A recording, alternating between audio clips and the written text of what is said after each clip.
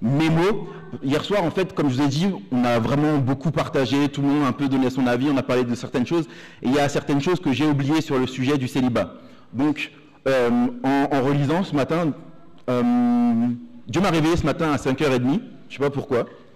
J'ai entendu une alarme, alors que Pavel me dit non, il n'y avait aucune alarme à 5h30. J'ai entendu une alarme, je me suis réveillé. Mais ça m'a permis, en fait, de continuer à regarder 2-3 choses, et ça me permet, en fait, de vous parler de 2-3 choses qu'on a oublié d'évoquer hier. Donc hier, on a parlé célibat, courtiser, sortir ensemble, on a évoqué tous ces sujets-là. Donc on s'était posé une question et je vous avais mis par rapport au fait de, quand on est un jeune homme, d'aller voir les parents de la jeune fille. On a parlé de culture, de différences culturelles. Je vous donne un texte. Habitude trompeuse en matière de fréquentation. Un jeune homme qui aime la compagnie d'une jeune fille et qui gagne son affection, sans se faire connaître à ses parents, ne se comporte pas comme un chrétien à l'égard de la jeune fille et de ses parents.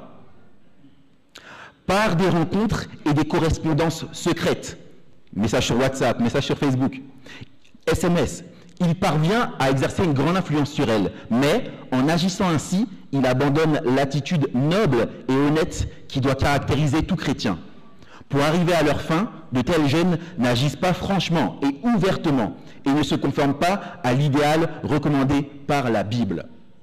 Donc ceux qui étaient là hier savent de quoi je parle. On a un peu évoqué ce sujet, mais en tout cas, c'est dans Foyer chrétien que vous allez trouver ce texte si vous le recherchez. Voilà, ça invite à ne pas gagner les affections d'une jeune fille sans se faire connaître de ses parents. Ok. Une chose encore, il y a 3 ou 4 choses que j'ai oublié de dire aux célibataires. C'est que Dieu a un plan pour vous. Certes, aujourd'hui vous êtes seul, pour certains ça peut être très compliqué, ça peut être très dur à vivre. Pour les filles plus que les garçons, parce que les filles ont cette pression sociale qu'on leur met que si à un certain âge, et je ne vais pas dire d'âge pour pas qu'elles se sentent encore plus pressurisées, si à un certain âge elles ne sont pas en couple ou elles ne sont pas en train d'aller vers un mariage, ça devient compliqué, elles vont rester vieilles filles, je ne sais plus comment on dit, vieille fille c'est ça, et donc voilà, mais Dieu a un plan pour vous. Dieu vous prépare pour ce qu'il y a de mieux. Donc vraiment gardez à l'esprit que Dieu a un plan pour vous. Gardez à l'esprit que votre conjoint ne sera pas le gâteau, mais il sera la cerise sur le gâteau. En somme, votre conjoint ne pourra pas vous remplir. Et un petit peu le but du mariage, c'est vraiment de se rendre compte que ton conjoint, il ne peut pas te remplir. Il y en a qui vont commencer le mariage, c'est la fusion, tout va bien et tout, mais très vite, ils vont se rendre compte que le conjoint est défaillant.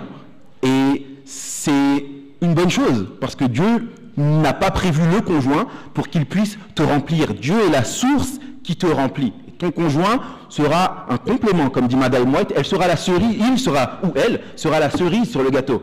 Un gâteau, c'est magnifique, c'est très bon, ça remplit, mais avec une cerise, c'est encore plus bon. Donc votre conjoint ne pourra pas vous remplir.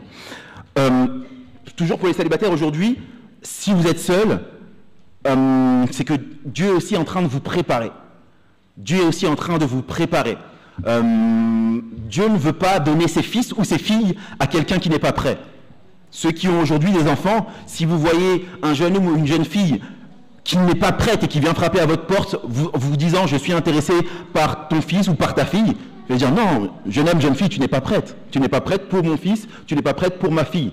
Donc Dieu aujourd'hui, vous êtes seul, mais Dieu est en train de vous préparer. Et il veut vous donner à un de ses enfants.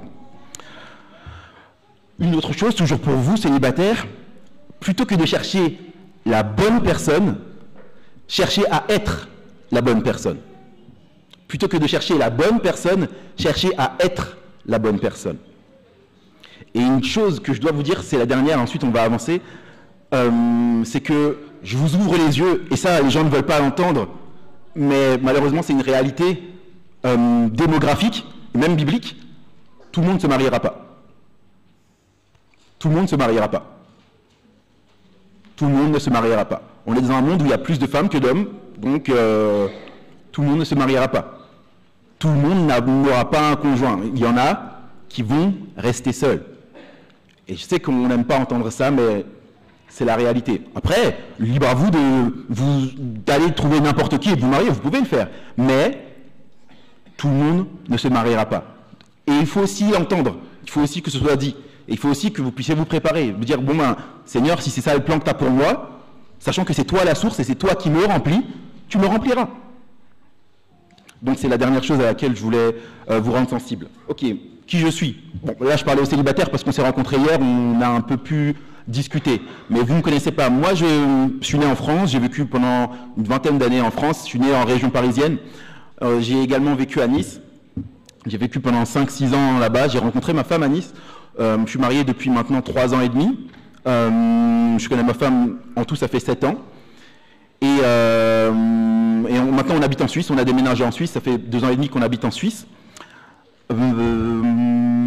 Je travaille dans une entreprise qui vend des séjours linguistiques. J'ai étudié la psychologie. C'est vrai que JJ avait envoyé je ne sais pas si vous l'avez reçu, mais il avait envoyé un mail me présentant comme un psychothérapeute ou je suis pas là-dedans. Je suis pas là-dedans. Je suis pas dans la psychologie. J'ai étudié la psychologie, hein, mais j'ai laissé toutes ces choses. Est-ce qu'il y a quelqu'un qui étudie la psychologie ou qui a étudié la psychologie? Ok. Quelqu'un qui étudie maintenant à l'université la psychologie? Non. Quelqu'un qui est psychologue, psychothérapeute, psy quelque chose? Non. Ok. Ok, donc je vais offenser personne. Je ne crois pas en ces choses-là.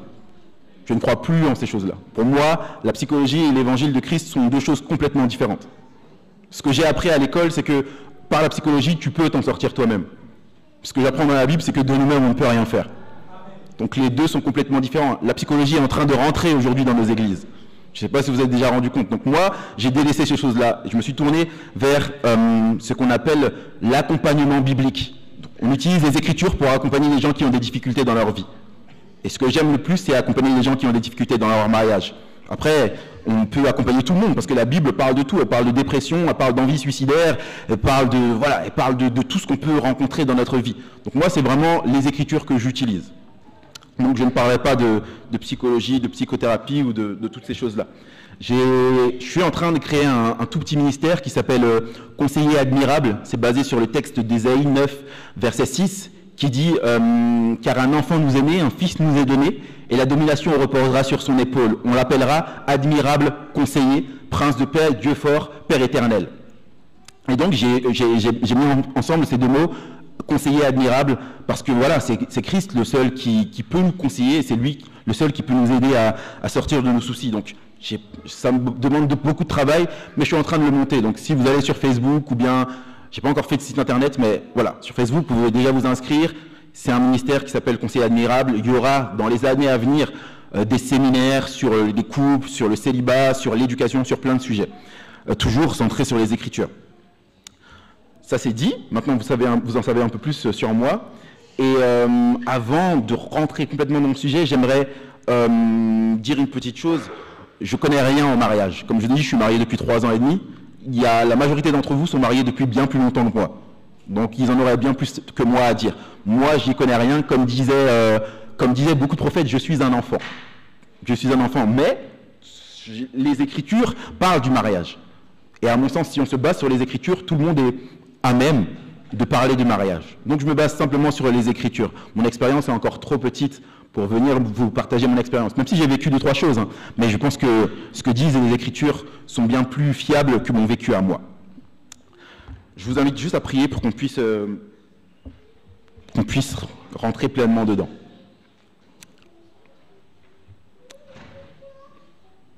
Père, merci pour ce moment. Tu vois, Père, qu'en cet instant, nous avons besoin de toi. Nous avons besoin que tu nous éclaires. Nous avons besoin vraiment, Seigneur, que ton esprit prenne toute la place dans cette salle. Ouvre notre cœur, ouvre notre intelligence, éternel Dieu, afin que nous puissions être à même de recevoir un message qui vient de toi. Touche les cœurs, Seigneur, transforme-nous, afin que nous puissions chercher à te suivre et à vivre comme tu veux que nous puissions vivre. Je te prie aussi, Seigneur, pour les célibataires. Merci pour le temps que nous avons pu avoir ensemble hier. Accompagne-les, Seigneur. Tu sais que ce moment peut être difficile pour certains. Certains peuvent le vivre très mal, Seigneur. Mais je te demande vraiment de les remplir, de leur permettre de réaliser que tu es la source de leur bonheur, que tu es la source de leur joie, éternel Dieu, et qu'ils peuvent se confier en toi pour être remplis. Garde-nous durant ce moment, Père, je te prie au nom de Jésus-Christ. Amen. Je bois beaucoup d'eau. J'ai la gorge très sèche quand je parle devant, donc excusez-moi si je bois. C'est vrai que pour un séminaire comme celui-ci, ce que j'aurais pu faire, c'est juste prendre Foyer chrétien d'Ellen White et le lire devant vous. Parce que dans ce livre, il y a tout. Tout, tout, tout. Souvent, ma femme et moi, quand on lit les écrits de Madame White, on se demande si elle n'est pas cachée derrière le canapé. Parce qu'elle sait tout ce qu'on vit, en fait. Je me dis, mais comment elle sait ça? Comment elle sait ça? Comment elle savait ça? En fait, si elle a une telle sagesse, c'est pas que ça vient d'elle, c'est que Dieu lui a donné cette sagesse-là. C'est que l'Esprit qui a animé les écrivains bibliques l'a aussi animé pour écrire ces choses-là. Moi, je suis old school, je suis un peu à l'ancienne. Je crois que Dieu a vraiment suscité Madame White pour donner un message au peuple de la fin des temps. Certains ne le croient peut-être pas, moi je le crois et j'en suis fermement convaincu. Donc, ce que je vais partager avec vous, ça vient des Écritures, et aussi ça vient aussi des écrits de Madame White. Je vais aussi vous poser beaucoup de questions. J'aime bien qu'on puisse interagir ensemble. Donc je vous pose ma première question. À votre sens, c'est quoi les deux textes les plus connus lorsqu'on parle de mariage dans les Écritures?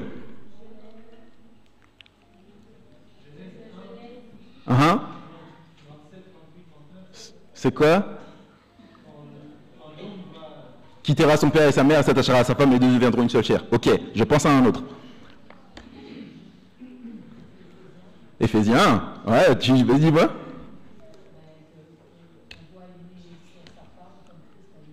Ok. Marie, aimez vos femmes comme Christ a aimé l'Église. C'en est un. Le deuxième, c'est quoi?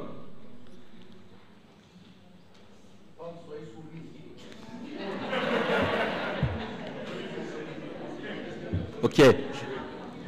Qui sera pas là cet après-midi? Qui sera pas là cet après-midi? Il faut lever, il ne faut pas avoir honte. Qui sera pas là cet après-midi? Ok. Est-ce que vous pouvez vraiment pas faire autrement? Pas de souci. Cet après-midi, on va vraiment rentrer dans le rôle du mari et de la femme. On va vraiment rentrer à 200% dedans. Et ensuite, si on aura le temps, on va parler de la résolution des conflits. J'aime pas l'appeler comme ça. Voilà, on va plutôt parler d'être un artisan de paix. Jésus, dans les Béatitudes, il parle de « heureux ceux qui procurent la paix ». Vous vous souvenez? Heureux ceux qui procurent la paix. Et cet après-midi, on va parler d'être un artisan de paix. On aura 3 sujets. Le rôle du mari, le rôle de la femme, et comment être un artisan de paix. Ok. Donc merci pour ces 2 textes. Ces 2 textes-là, je vous les rappelle, femmes, soyez soumises à vos maris comme au Seigneur. Marie, aimez vos femmes comme Christ a aimé l'Église. Dans ces 2 textes, il y a quelque chose qui est similaire. C'est quoi? Non. L'amour comme Christ a aimé l'Église. Comme Christ a aimé l'Église. Dans ces 2 textes-là, il y a le comme. Marie, aimez vos femmes. Comment? Comme Christ a aimé l'Église. Femmes, soyez soumises à Marie. Comment? Comme au Seigneur. Paul parle du rôle des époux en faisant une référence à leur relation à Christ. En quelque sorte, et dites-moi si je me trompe, on ne peut pas vivre pleinement le mariage si nous n'avons pas une relation avec Dieu. Dit autrement, on ne peut pas vivre le plan de Dieu pour le mariage si on n'a pas compris le plan de Dieu pour l'humanité. Si nous ne connaissons pas Dieu, le « comme » dont Paul parle ne fait référence à rien. C'est un non-sens. Ainsi, même si je suis convaincu que la plupart d'entre vous connaissent Dieu et sont en relation avec Dieu, je ne peux pas m'empêcher de parler dans ce que je vais partager avec vous sur le mariage de l'évangile de Christ, parce que c'est la base. Paul parle de « comme » au Seigneur, comme Christ. Donc, il fait référence à ce qu'a fait Christ pour le rôle du mari et de la femme, et du mariage. Donc, on ne peut pas dissocier le mariage et ce qu'a fait Christ. Je sais que tout le monde aimerait avoir des clés, des astuces ou des secrets pour un bon mariage. Mais à quoi bon? À quoi bon être un pro de la communication, savoir tout ce qu'il faut sur la gestion des conflits ou je ne sais quel autre sujet, si Christ n'est pas au centre de mon couple? si notre cœur n'est pas transformé. Car même dans le mariage, l'éternité, le grand conflit, la gloire de Dieu doivent être plus que jamais au centre de nos préoccupations. Quand on parle de mariage, on pense souvent au côté romantique, la belle robe, des roses, un rendez-vous amoureux. Ce sont des bonnes choses. Moi, je n'ai pas de problème avec ça. Mais si Christ n'est pas au centre de tout cela, c'est d'amour éros dont on parle. Hier, on a défini avec les frères, on a parlé un peu d'amour éros. Quand je parle d'éros, est-ce que ça vous parle? J'ai l'impression de parler fort. Ça va? C'est pas trop fort? Ça va? Désolé. Ok. Ok. Donc si Christ n'est pas dans toutes ces choses, on est dans l'amour éros. L'amour, on en a parlé avec eux, c'est tu me plais, je te plais, c'est le coup de foudre, je suis fou de toi, et 3 ans plus tard, ou moins, c'est fini. On était trop différents. Je ne t'aime plus. On n'était pas faits l'un pour l'autre. Par contre, quand la Bible parle d'amour, c'est pas d'amour éros dont la Bible parle. C'est d'un autre mot. La Bible n'utilise pas le mot éros, elle utilise un autre mot. Est-ce que quelqu'un sait ce que c'est? Agapé. Est-ce que vous pouvez me donner un texte biblique qui donne la définition de l'agapé? Qu'il a donné son fils unique. Je pense à un autre. Un texte biblique qui définit point par point ce que c'est l'agapé. 1 Corinthiens 13. Si vous voulez qu'on prenne ça ensemble. 1 Corinthiens 13. Et si vous voulez aussi remplacer le mot charité, amour, par agapé. Parce que amour, ça a été galvaudé. Tout le monde dit je t'aime, mais qu'est-ce que ça veut vraiment dire? On le remplace par le mot agapé. Si quelqu'un veut bien le lire.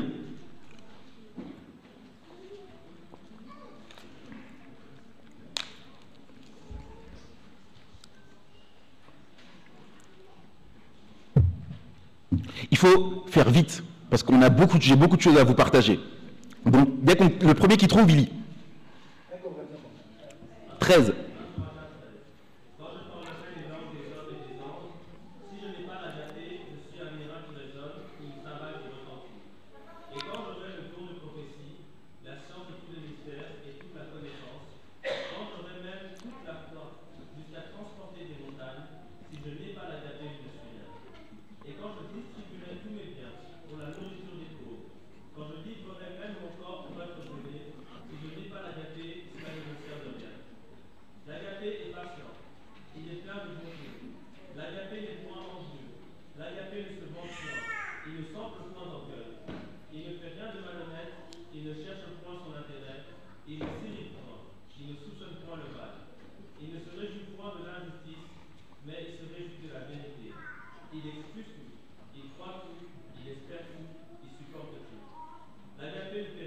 Merci.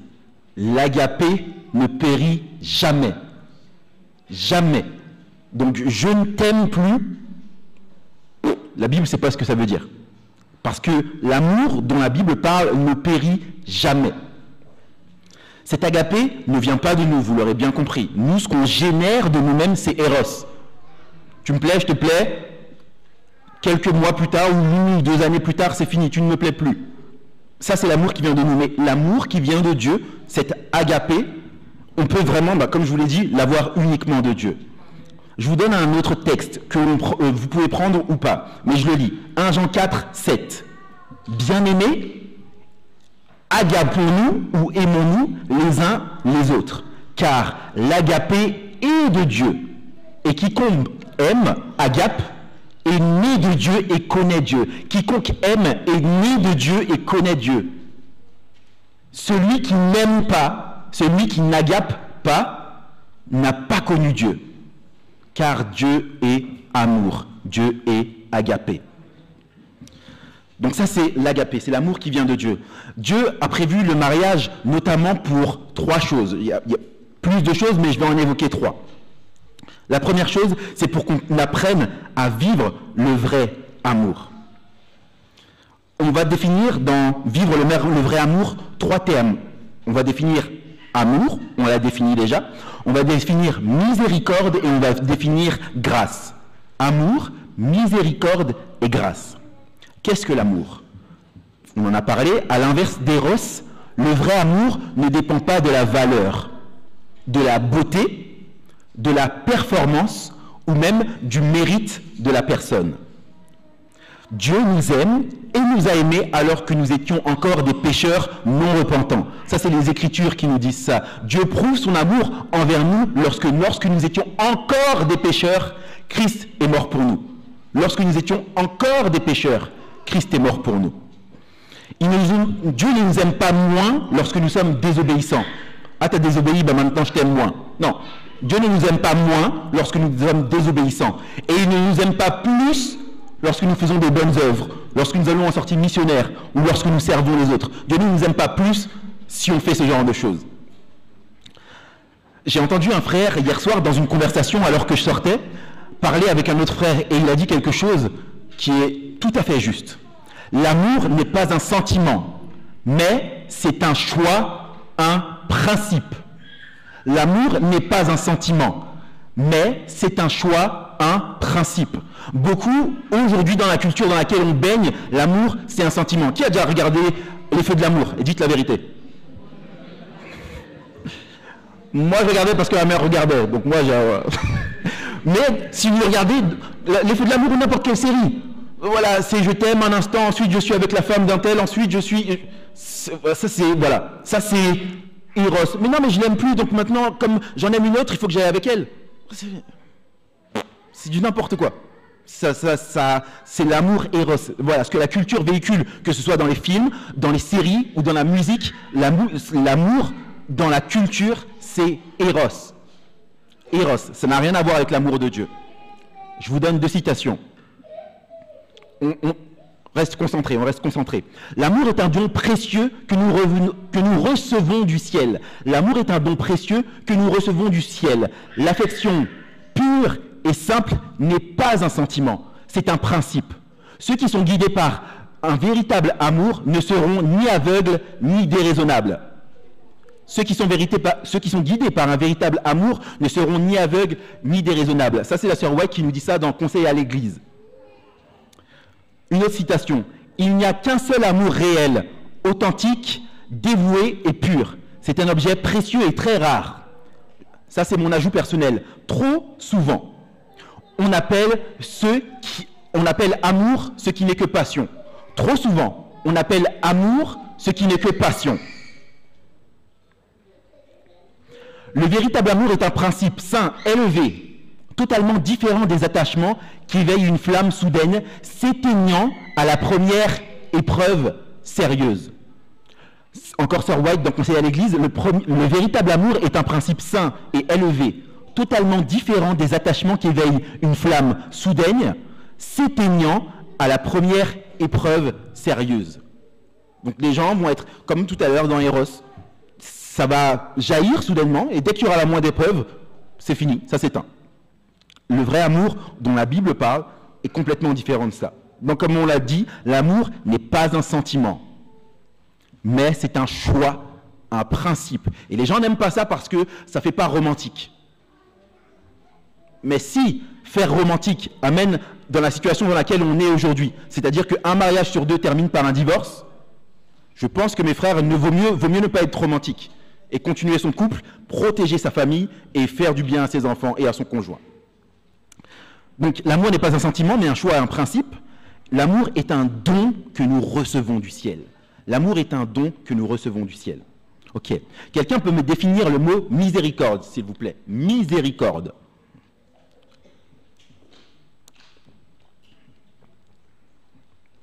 Miséricorde.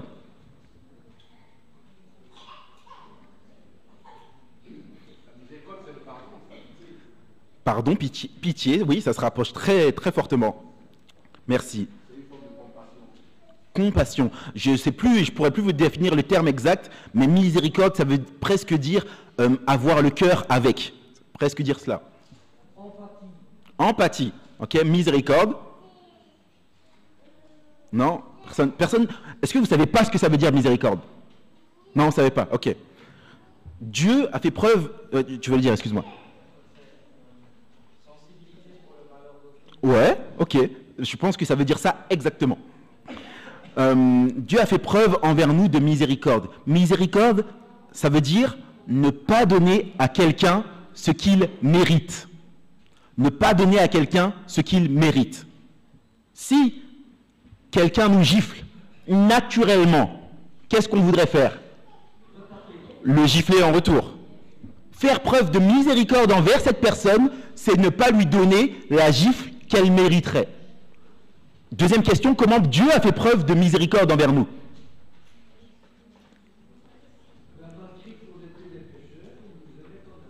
Ok. Il ne nous a pas donné la mort qu'on méritait.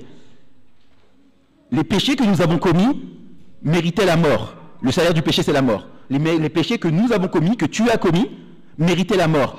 Dieu a fait preuve de miséricorde envers toi en ne te donnant pas la mort que tu méritais. Amen. Qu'est-ce que la grâce? Un don. C'est? J'ai entendu. Il y a quelqu'un d'autre, mais je n'ai pas entendu. La grâce, c'est quoi?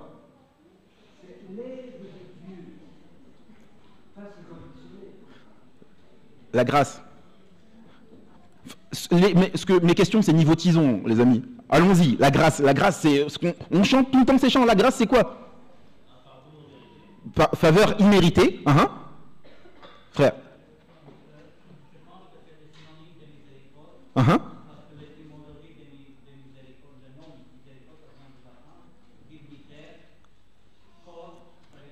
Cœur. Le cœur.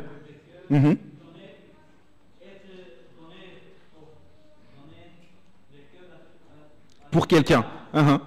C'est intéressant. La grâce, c'est vrai. On a dit la miséricorde, c'est ne pas donner à quelqu'un ce qu'il mérite. Ok? Ok? La miséricorde, c'est donner à quelqu'un ce qu'il ne mérite pas. La grâce, c'est donner à quelqu'un ce qu'il ne mérite pas. En France, on a ce qu'on appelle la grâce présidentielle. Quand un président est élu, il relâche un prisonnier. Le prisonnier ne mérite pas d'être relâché, mais par grâce présidentielle, le président le relâche. Ma question, c'est comment Dieu a fait preuve envers nous de grâce. Emmanuel, Dieu avec nous, et il est mort pour nous.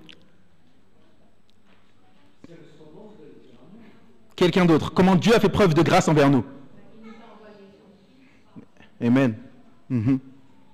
Dieu nous a donné la vie éternelle en Jésus-Christ alors qu'on ne la méritait pas. L'évangile est simple. Christ vient, il mène une vie parfaite. Parce qu'il a mené une vie parfaite, il ne mérite pas de mourir. Le salaire du péché, c'est la mort. Lui, il n'a pas péché, il ne mérite pas de mourir. Pourtant, il va mourir à notre place. Christ, parce qu'il a mené une vie parfaite, il mérite de vivre éternellement. Parce qu'il a mené une vie parfaite, il mérite de vivre éternellement. Nous, on a péché, on méritait de mourir, on ne méritait pas de vivre une vie parfaite. Pourtant, Christ est mort à notre place, et la vie éternelle que lui méritait, il nous la donne à nous. Donc, le mariage, la première chose, c'est pour vivre le vrai amour. Dans le vrai amour, il y a l'amour agapé, il y a la grâce, donner à quelqu'un ce qu'il ne mérite pas, il y a aussi la miséricorde. Ne pas donner à quelqu'un ce qu'il mérite. Ne pas donner à quelqu'un ce qu'il mérite. Vivre le vrai amour. La deuxième chose, dans le mariage, il y a la sanctification. Et ça, c'est quelque chose que moi, j'ai découvert tard. Je l'ai découvert avant de me marier ou pendant que j'étais marié, je ne sais plus. Mais j'ai découvert tard, en fait, que Dieu a prévu dans le mariage la sanctification. Dans le plan de Dieu, le mariage doit être une bénédiction pour nous. Pour Dieu, le mariage est aussi ce qu'on appelle l'autoroute vers la sanctification. Ça nous permet d'arriver plus vite. Quand deux pierres se frottent l'une contre l'autre, elles finissent par se polir.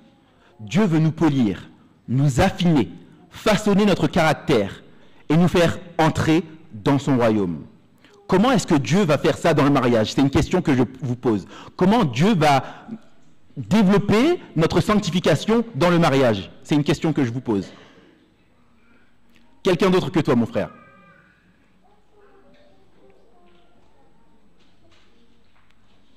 Quelqu'un d'autre que toi, mon frère? Comment Dieu va développer notre sanctification dans le mariage? Si vous ne savez pas, vous dites « je ne sais pas ». Je ne sais pas, ok. Comment?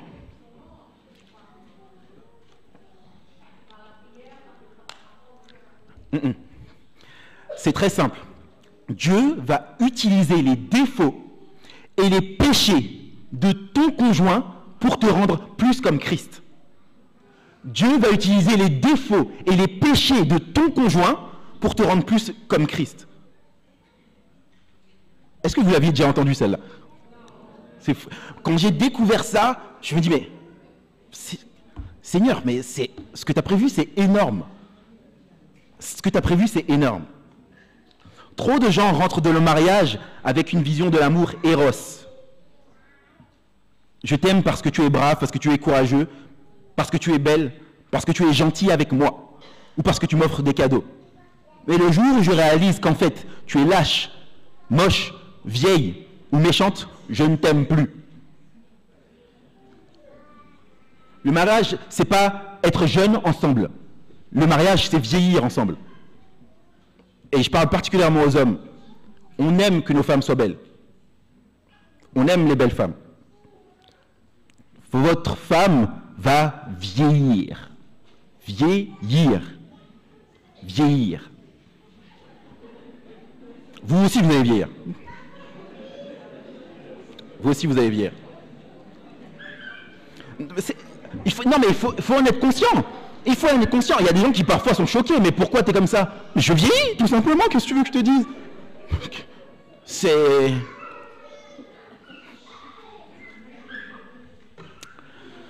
Dans la sanctification, Dieu veut vous transformer pour que vous puissiez refléter le caractère de Christ. Dans la sanctification, Dieu veut vous transformer pour que vous puissiez refléter le caractère de Christ. Et lorsque je dis ça, il y en a qui peuvent dire ou penser, mais moi, je n'ai pas besoin que mon caractère soit transformé, puisque lorsque Jésus va revenir dans son amour, en un claquement de doigts, au clignement d'un œil, il va me transformer. Qu'est-ce que vous en pensez de ça? Lorsque Jésus va revenir, en un claquement de doigts, il va me transformer. Qu'est-ce que vous en pensez? Non. C'est de l'égoïsme. Qu'est-ce que vous en pensez? C'est maintenant. Amen. Mais mon frère, tu sais que beaucoup de gens pensent ça, et même des gens enseignent ça. Vous n'avez pas besoin de vous inquiéter, Dieu vous aime. Et donc quand Jésus va revenir, il va vous transformer. Je vais vous dire en fait, ce sur quoi se basent les gens pour prêcher ce genre de choses. On va prendre ensemble 1 Corinthiens 15, 51 à 54. 1 Corinthiens 15, 51 à 54.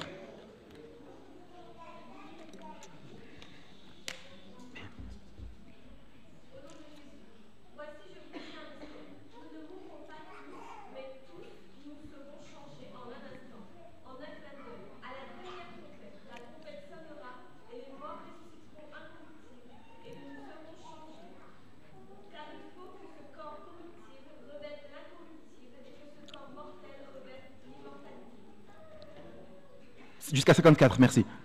Lorsque ce corps corruptible aura revêtu d'incorruptibilité et que ce corps mortel aura revêtu d'immortalité, alors s'accomplira la parole qui était dite.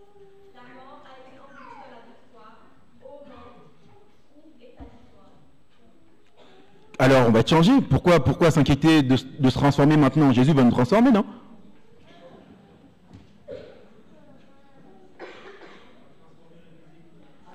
Il va transformer quoi? Ok. Ok. Le point, c'est vraiment ça. Ce texte parle de la transformation de notre corps, pas de la transformation de notre caractère. Il faut que ce corps, qui est corruptible, qui vieillit, revête l'incorruptibilité et l'immortalité. Ce que Jésus va transformer lorsqu'il revient, c'est notre corps. Merci. Et je vais... essayer de parler très rapidement de ça parce que c'est un vrai sujet dans l'Église. Je vais lire le texte. Romains 7. Vous savez tous ce dont Romains 7 parle. Du vieil homme. De je fais ce que je veux, mais vous savez. Je vais le lire. Nous savons en effet que la loi est spirituelle, mais moi, je suis charnel, vendu au péché, car je ne sais pas ce que je fais. Je ne fais point ce que je veux et je fais ce que je hais. Je reprends. Car je ne sais pas ce que je fais ce que je ne veux point, et je fais ce que je hais. Or, si je fais ce que je ne veux pas, Je reconnais par là que la loi est bonne. Et maintenant, ce n'est plus moi qui le fais, mais le péché qui habite en moi. Ce qui est bon, je le sais, n'habite pas en moi, c'est-à-dire dans ma chair. J'ai la volonté, mais non le pouvoir de faire le bien. Ma question pour vous, après la lecture de ce texte qui a été projeté par la technique qui est très rapide et que je remercie, c'est: est-ce que l'homme qui est décrit dans Romains 7 représente la condition du chrétien qui marche avec Dieu?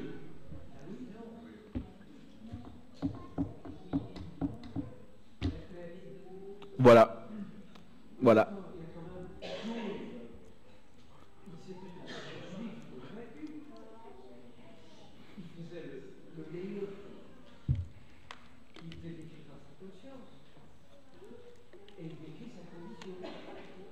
Ok, quelqu'un d'autre? Romains 7, ça représente la condition du chrétien qui marche avec Dieu? Oui. Pourquoi? Il connaît sa condition. Ah, il y a une solution donc. Amen. Amen. Tu voulais dire quelque chose, ma soeur? Non, ok. C'est le débat qu'il y a dans l'Église. Ce Romains 7. Pour justifier une attitude charnelle, des frères, des sœurs utilisent ce texte. Oui, mais regarde Paul dans Romains 7. Il dit bien, je ne fais pas ce que je veux, donc moi aussi c'est normal. Paul dit cela, mais ne dit pas que cela. Paul dit cela, mais ne dit pas que cela. Et on ne va pas aller loin dans un texte super loin. On va juste continuer. Et on va arriver à Romains 8. Romains 8, verset 5. Ceux en effet qui vivent selon la chair s'affectionnent aux choses de la chair, tandis que ceux qui vivent selon l'esprit s'affectionnent aux choses de l'esprit. L'affection de la chair, c'est la mort, tandis que l'affection de l'esprit, c'est la vie et la paix. Car l'affection de la chair est inimitié contre Dieu. Elle est ennemie de Dieu, parce qu'elle ne se soumet pas à la loi de Dieu et qu'elle ne le peut même pas.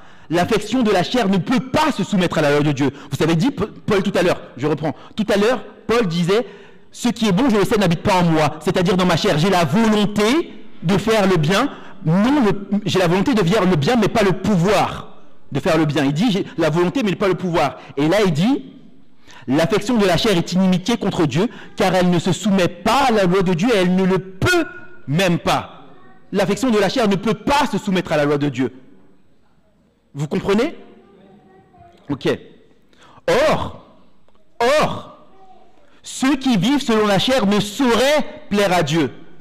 Ça veut dire que ceux qui vivent dans la condition qu'il a décrite dans Romains 7, des gens qui s'affectionnent à la chair, ne peuvent pas plaire à Dieu. Si tu penses que Romains 7 parle de la condition du chrétien qui marche avec Dieu, tu ne peux pas plaire à Dieu. Or, ceux qui vivent selon la chair ne sauraient plaire à Dieu. Pour vous, vous ne vivez pas selon la chair, mais selon l'esprit, si du moins l'esprit de Dieu habite en vous. Si quelqu'un n'a pas l'esprit de Dieu, si quelqu'un n'a pas l'esprit de Christ, il ne lui appartient pas. Et si Christ est en vous, et si Christ est en vous, le corps, il est vrai, est mort à cause du péché, mais l'esprit est vie à cause de la justice. Et si l'esprit de celui qui a ressuscité Jésus d'entre les morts habite en vous, celui qui a ressuscité Christ d'entre les morts rendra aussi la vie à vos corps mortels par son esprit qui habite en vous. Et là, la boucle, elle est bouclée.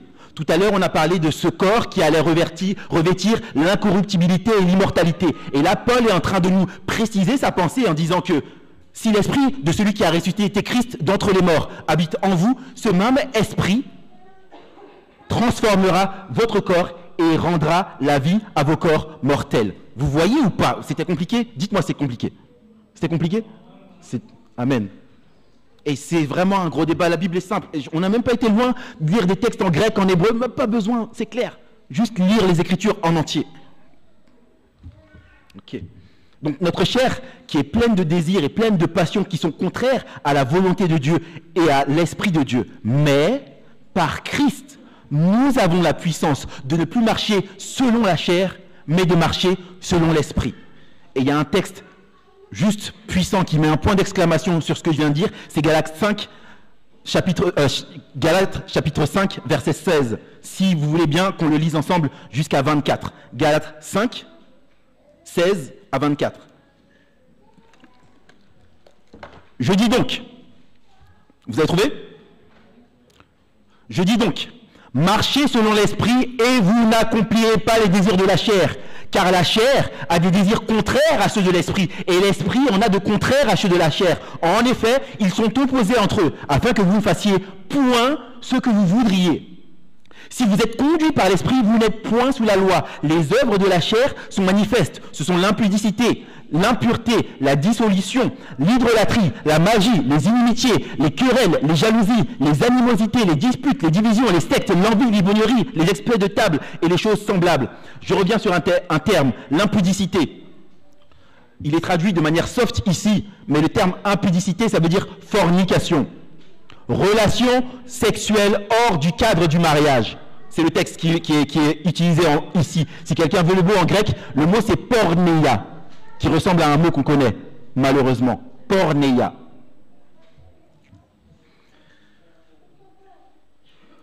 Je vous le dis, et je l'ai déjà dit, que ceux qui commettent de telles choses n'hériteront point le royaume de Dieu. Mais le fruit de l'esprit, c'est l'amour, la joie, la paix, la patience, la bonté, la bénédicité, la fidélité, la douceur, la tempérance. La loi n'est pas contre ces choses. Ceux qui sont à Christ ont crucifié la chair avec ses passions et ses désirs. Ceux qui sont à Christ ont crucifié la chair avec ses passions et ses désirs. Il a dit tout à l'heure les œuvres de la chair, les querelles, les disputes, la dissolution, toutes ces choses-là. Ça, c'est les œuvres de la chair. Mais ceux qui sont à Christ ont crucifié la chair avec ses passions et ses désirs. Ça ne vient pas de nous, ça ne vient pas de moi, c'est Christ qui le fait en nous par son esprit. Paul l'a dit, c'est l'esprit de Dieu en nous qui le fait, pas nous-mêmes. Ainsi, la chair, bien sûr, continuera à nous tenter, continuera à nous envoyer de mauvaises pensées et nous pousser à pécher, mais par l'esprit de Dieu, nous pouvons résister aux inclinaisons de la chair, résister au diable et il s'enfuira loin de vous. Amen, mes amis. Ainsi, Christ, à son retour, va détruire ce corps, cette chair, pour que nous ayons un nouveau corps, non souillé par le péché. Il va également détruire ceux qui s'affectionnent aux choses de la chair. Il ne va pas les transformer en un claquement de doigts. Une citation de Sir White, Foyer chrétien, chapitre 1. « Le caractère que vous manifestez pendant le temps d'épreuve sera le même caractère que vous aurez au moment de la venue du Christ. Si vous aspirez à être saint au ciel, vous devez d'abord vous conduire comme un saint sur la terre. Les traits de caractère que vous avez cultivés dans votre vie ne seront pas transformés par la mort ou la résurrection. Je reprends. Les traits de caractère que vous avez cultivés dans votre vie ne seront pas transformés par la mort ou la résurrection. Vous sortirez de la tombe avec les mêmes dispositions que vous avez manifestées dans votre foyer et votre société. Pensez à ce que vous êtes à la maison. Vous sortirez de la tombe avec les mêmes dispositions que vous avez manifestées dans votre foyer et votre société. Jésus ne change pas de caractère au moment de son avènement. L'œuvre de transformation doit s'accomplir maintenant. Notre façon de vivre, chaque jour, détermine notre destinée. Notre façon de vivre, chaque jour dans le mariage, va déterminer notre destinée. Dieu a prévu le mariage pour notre sanctification, en nous mettant avec une personne différente de nous, élevée différemment que nous, qui pense et qui vit, qui agit de manière différente de la nôtre.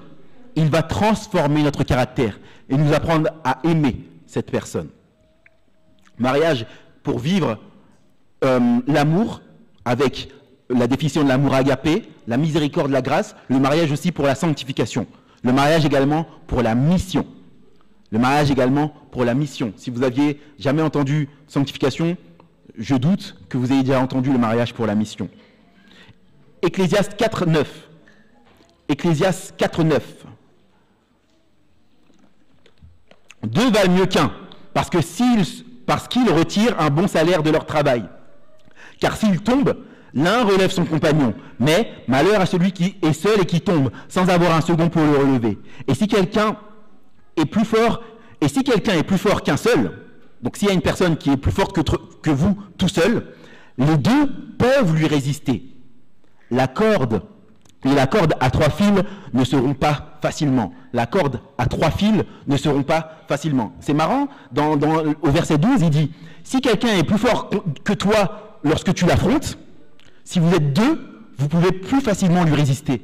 Mais après, il dit la corde a 3 fils. C'est quoi et d'où il vient ce 3? Amen. Amen. La corde à 3 fils ne se rompt pas facilement. Si quelqu'un est plus fort que vous seul, Dieu peut lui résister. Résistez au diable et il s'enfuira loin de vous.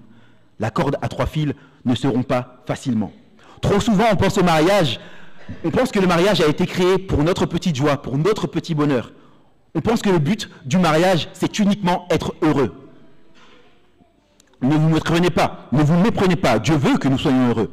Mais je crois, par-dessus tout, qu'il veut avant tout mettre un terme à ce monde en envoyant son Fils pour nous chercher et nous amener à la maison.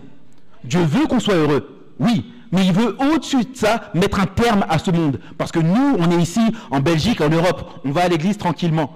Il y en a, ce n'est pas le cas. Ils ne peuvent pas s'asseoir tranquilles à l'église. Ils ne peuvent pas se permettre d'arriver en retard à l'église. Ce n'est pas possible. Si on les voit à l'église, si on voit des gens qui se réunissent et qui prient, on les tue. Nous, on a cette chance-là, mais tout le monde ne vit pas la même chose que nous. Vous n'avez pas marre de la maladie, de la souffrance, de perdre des proches? Vous n'avez pas marre de tout ça? Dieu aussi. Et il veut mettre un terme à ce monde. Et je pense que son désir est bien plus grand que notre petit bonheur à nous. Pour mettre un terme à ce monde, il faut que l'évangile soit prêché à toute nation, à tout peuple. Lorsque les gens pensent au mariage, ils ne pensent pas au grand conflit. Ils oublient que Satan accuse Dieu. Ils oublient que nous sommes partie prenante de ce grand conflit et que notre rôle est de représenter Dieu et de nous positionner pour Dieu, de planter sa bannière jusqu'aux confins de la terre en partageant l'évangile. Dans la Bible, nos mariages sont comparés à la relation du Christ et à son Église. Nous manifestons la fidélité que Christ a pour son Église. En étant fidèles dans notre mariage, on dit au monde que Christ est fidèle à son Église. Nous représentons également l'amour que Christ a pour son Église. En étant plein d'amour envers notre conjoint dans le mariage, on dit aussi au monde que Christ est plein d'amour pour son Église et pour l'humanité. Nous sommes le reflet de la patience de Christ pour son Église. Et c'est ce que le monde a besoin de voir pour croire. Il a besoin non seulement d'entendre l'Évangile, mais de nous voir, nous chrétiens, vivre l'Évangile. Il y a trop de gens qui parlent aujourd'hui, trop de gens sur Internet, à la télé, à la radio, tout le monde parle, tout le monde sait bien parler. Qui vit les choses vraiment qu'il dit? C'est ça que le monde a besoin de voir pour croire. Dieu a vraiment prévu le mariage pour contribuer à l'avancement de son royaume. Je vous lis une petite citation de Sir White. Des occasions s'offrent à chacun. Prenez en main l'œuvre qui doit être entreprise dans votre voisinage, vous en êtes responsable. Prenez en main l'œuvre missionnaire, je rajoute, qui doit être entreprise dans votre voisinage, vous en êtes responsable. On habite tous quelque part, on habite tous dans un immeuble, dans une maison ou je ne sais où. On a tous des voisins. L'œuvre missionnaire qui doit être faite dans notre voisinage, ce n'est pas l'Église qui en est responsable, c'est vous, parce que c'est vous le chrétien qui êtes là-bas. C'est vous, l'enfant de Dieu, qui êtes là-bas. C'est vous qui avez reçu Christ et son sacrifice et qui avez reçu l'Esprit de Dieu. C'est vous qui devez mettre en place l'œuvre missionnaire là où vous habitez. Allez de l'avant sans délai, sachant bien que vous êtes personnellement responsable devant celui qui a donné sa vie pour vous. Secouez-vous comme si vous aviez entendu Christ vous appeler personnellement à sortir de votre léthargie et à utiliser au maximum pour Dieu les facultés que celui-ci vous a données. Ne cherchez pas à savoir qui d'autre est prêt à se laisser inspirer par la parole vivante. Si vous êtes vraiment consacré par votre intermédiaire, il fera connaître la vérité à d'autres personnes qu'il utilisera à son tour comme des moyens par lesquels il pourra communiquer la lumière à beaucoup de personnes qui sont aujourd'hui dans les ténèbres. C'est encore une fois Sir White dans Foyer chrétien qui nous donne ce texte. Foyer chrétien, lisez-le. Si vous n'êtes pas marié, lisez-le avant de vous marier. Si vous êtes mariés, lisez-le ensemble. C'est la base. Tout est dans Foyer chrétien. Tout. Tout ce que vous avez besoin, c'est dans Foyer chrétien. Dieu nous a donné une mission claire, faire des disciples. Pourtant, nous vivons en nous focalisant sur notre bien-être, sur le bien-être de notre mariage, sur le bien-être de notre famille, en ignorant les luttes de ceux qui nous entourent. Je vous donne l'exemple d'un couple qui a plus de voiture et qui avait prévu cette année de s'acheter une nouvelle voiture. Mais il y a un frère qui a envoyé un mail, il veut aller dans une école au Japon pour développer l'œuvre missionnaire au Japon. L'école coûte 8 000 €. Le couple avait prévu de dépenser 15 000 € dans sa nouvelle voiture. Et le couple en ce moment est en train de réfléchir pour donner une partie de l'argent qu'il avait prévu pour son bien-être. Le couple a besoin de cette voiture. au frère qui veut développer l'œuvre au Japon. Ils se disent, on va peut-être s'acheter une voiture plus petite pour que l'œuvre soit développée au Japon. Nous focaliser sur la mission de Dieu, sur l'avancement du royaume de Dieu, fera que nous aurons des mariages plus heureux. Je vous donne l'exemple d'une sortie missionnaire qu'on a eue à Nice. À Nice, on a eu beaucoup de problèmes, on a eu vraiment beaucoup de difficultés. Mais un jour, quelqu'un a organisé une sortie missionnaire. Et on est sortis tous ensemble, toute l'église. Ce moment, tous les membres de Nice s'en souviennent. C'était un moment magique, entre guillemets. Il n'y avait plus aucune différence entre nous, il n'y avait plus aucun problème. Lorsqu'on est sortis et qu'on s'est consacré à apporter à la ville de Nice l'évangile de Jésus-Christ, les problèmes entre nous étaient finis. On n'était plus sur les petites choses, tu m'as fait ceci, tu m'as pas dit bonjour, on n'était plus là-dessus. La mission était plus grande que nous, apporter l'évangile. De même, dans votre couple, si vous vous consacrez à une mission plus grande que vous, partagez l'évangile avec ceux qui vous entourent, les problèmes que vous avez dans votre couple aujourd'hui peuvent être amenés à disparaître. Donc voilà, je vous ai dit le but de Dieu pour le mariage, vivre l'amour avec la vraie définition de l'amour qui est l'agapé, la miséricorde, la grâce. Dieu a aussi prévu le mariage pour notre sanctification. Dieu a également prévu le mariage pour qu'on soit deux et même une famille pour faire avancer la mission. Cependant, il y a quelque chose qui a troublé le plan magnifique que Dieu avait pour le mariage. Et cette chose, c'est le péché. L'amour divin du Christ ne détruit jamais l'amour humain, il l'implique. En lui, l'amour humain s'affine, se purifie, s'élève, s'ennoblit. Il ne peut porter de précieux fruits que s'il s'unit à la nature divine et se développe en étant dirigé vers le ciel. Jésus souhaite voir des mariages et des foyers heureux. Comme ce fut le cas pour tous les merveilleux dons que Dieu a confiés en dépôt à l'humanité, le mariage a été perverti par le péché. S'il y a autant de problèmes dans nos mariages, c'est parce que nous vivons non seulement dans un monde de péché dominé par le prince de ce monde, avec tous ses artifices de tentation, mais c'est principalement parce que nous sommes pécheurs, parce que nous sommes charnels, parce que nous sommes non pas amoureux de nos conjoints, mais amoureux de nous-mêmes, de notre ego, de notre moi. Comment cela se manifeste? Le péché, dans notre mariage, va se manifester premièrement, on va plus rechercher le royaume des cieux et sa justice et toutes les choses nous seront données par la suite. Ce qu'on va rechercher premièrement, c'est notre royaume à nous. Je vais rechercher premièrement mon royaume à moi, mon bien-être à moi, ma joie à moi. Le péché nous fait croire que le problème se trouve à l'extérieur de nous. Le problème n'est pas en nous, mais il est à l'extérieur de nous. Le péché te fait croire que le problème, c'est ton conjoint. Si seulement il était plus comme ça, si seulement elle était moins comme ça, si seulement elle était différente, notre mariage serait mieux. Le problème, c'est pas moi, le problème, c'est elle. Le péché, encore une fois, te fait croire que tu es plus juste et plus saint que ton conjoint. Peut-être tu me dis, non mais moi, ok, certes, j'ai péché, mais mes fautes par rapport à mon conjoint sont tellement mineures qu'elles ne méritent même pas d'être mentionnées. Ok, oui, moi j'ai fait ça, mais t'as vu ce qu'elle a fait? Ok, oui, moi j'ai fait ça, mais t'as vu ce que lui il a fait? T'as vu ce qu'il m'a dit? T'as vu comment il m'a regardé? T'as vu? Bon, nous, c'est toujours petit par rapport à l'autre. Ainsi, tu ne veux pas changer toi et tu ne penses pas avoir besoin d'aide. Tu ne veux pas t'examiner toi-même, car selon toi, le problème est chaque jour sous tes yeux. C'est ton conjoint. Alors, tu commences à te concentrer sur le problème, sur ton conjoint. C'est lui le problème, donc on va se concentrer là-dessus pour résoudre le problème. Et ton conjoint étant loin d'être parfait, chaque jour, il va faire des erreurs, il va commettre des péchés, et tu vas prendre ces choses comme des preuves pour dire « Ah, tu vois, c'est lui le problème. T'as vu ce qu'il a encore fait aujourd'hui? T'as vu Ah voilà, c'est toi le problème. » Et donc, on va être de plus en plus convaincu que c'est l'autre, le péché. Plutôt que d'être triste de la condition de notre cœur, on va souhaiter que notre mari, que notre femme soit plus comme nous. Si tu étais plus comme moi. Oui, mais si tu faisais comme moi aussi. Si tu écoutais ce que je te disais. Il y a une parabole que Jésus dit dans Luc 18, verset 9. Et Jésus dit aussi cette parabole à quelques-uns qui se confiaient en eux-mêmes, comme s'ils étaient justes, et qui tenaient le reste des hommes pour rien. 2 hommes montèrent au temple pour prier. L'un pharisien, l'autre publicain. Le pharisien, se tenant à l'écart, priait en lui-même en ces termes: Ô Dieu, je te rends grâce que je ne suis pas comme le reste des hommes qui sont ravisseurs, injustes, adultères, ou même comme ce publicain.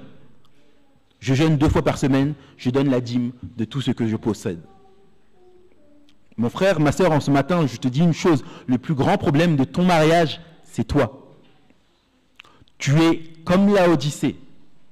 Tu dis, je suis riche, je me suis enrichi, je n'ai besoin de rien. Tu crois n'avoir besoin de rien ou de si peu par rapport à ton conjoint. Ok, moi, bon, j'ai des problèmes, mais elle en a tellement plus que c'est sur elle qu'on devrait se concentrer. Mais tu ne sais pas que tu es pauvre, misérable, malheureux, aveugle et nu. Tu as besoin des 3 éléments que Jésus mentionne. L'or, qui représente la foi. Le vêtement blanc, qui représente non pas ta justice, mais la justice de Christ. Et surtout du collier, qui représente l'esprit, afin que Dieu puisse te montrer ton état. Et que Dieu puisse te convaincre de péché, de justice et de jugement. Surtout l'Esprit de Dieu pour que tu arrêtes d'être charnel et que tu deviennes spirituel. Voici le conseil du Sauveur. Moi, je reprends et je châtie tout ce que j'aime. Aie donc du zèle et repens-toi. Repens-toi. En tant que pécheurs, lorsque quelqu'un parle de nos fautes ou de nos mauvaises actions, nous cherchons à nous défendre, à nous justifier. Mais Christ est notre défense. Christ est notre justice. Nous n'avons pas besoin d'être paralysés par les regrets de ce qu'on a pu faire par le passé, parce que Christ a promis de faire toutes choses nouvelles. Il a porté notre péché, notre honte, notre culpabilité. Ainsi, je vous invite en ce matin, dans le secret de votre cœur, à demander à Dieu de vous ouvrir les yeux par rapport à ce que vous êtes, par rapport à ce que vous faites dans votre mariage. Demandez à Dieu vraiment de vous montrer, Seigneur, peut-être que je me suis énormément focalisé sur les fautes de mon conjoint. Aide-moi à voir les miennes. Et si vous voyez déjà les vôtres, demandez pardon à Dieu. Demandez pardon à Dieu, demandez également pardon à votre conjoint pour votre mauvaise conduite. Je vous dis ces choses-là parce que j'ai moi-même vécu cela. Avant de me marier, j'étais avec une fille et je voyais que c'était elle le problème. Moi, j'avais certes des fautes mineures, mais je faisais tellement de choses pour que notre couple soit bien, je faisais tellement de choses pour qu'on soit heureux. Je me donnais à 200% et j'avais l'impression qu'elle n'avait rien à faire. Un jour, j'ai entendu un pasteur parler de l'évangile de Christ. Un samedi après-midi, j'étais dans ma chambre, il n'y avait pas d'activité à l'église. Je regardais cette prédication. Et lorsque j'ai entendu cet homme parler de ce que Christ a fait pour nous, parler de Christ qui a donné sa vie pour moi, parler de Christ qui a pris mes fautes et qui m'a donné sa vie juste à lui, mon cœur a été touché. Et là, j'étais vraiment fou de joie. Je me dis, mais Seigneur, comment toi tu fais pour m'aimer et ne pas regarder mes fautes alors que moi je compte, je liste les fautes de mon conjoint. Comment toi tu fais ça? Lorsque j'ai pris conscience, j'ai demandé pardon à cette fille. J'ai dit, écoute, pardon d'avoir été aussi dur avec toi. Pardon de toujours pointer tes fautes et de ne pas voir les miennes. C'est vraiment la chose à laquelle je vous invite. Vous pouvez vous repentir parce que Christ a déjà tout payé. Christ a déjà tout fait pour vous. Donc si aujourd'hui, en cet instant, vous voyez que vous êtes dans cette condition-là, vous voyez que votre cœur est vraiment pris par le péché, demandez pardon à Dieu. Demandez à Dieu la force de changer et demandez pardon à votre conjoint. Je vous invite à prier ensemble.